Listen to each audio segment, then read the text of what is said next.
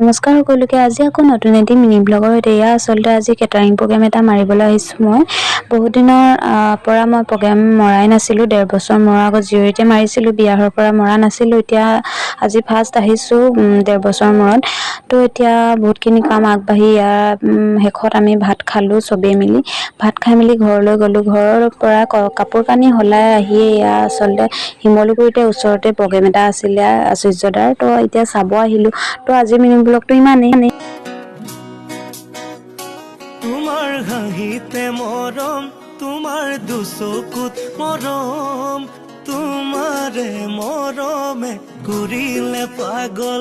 তোমাৰ হাঁহিতে মৰম, তোমাৰ দুচকুত মৰম, তোমাৰে মৰমে কৰিলে পাগল।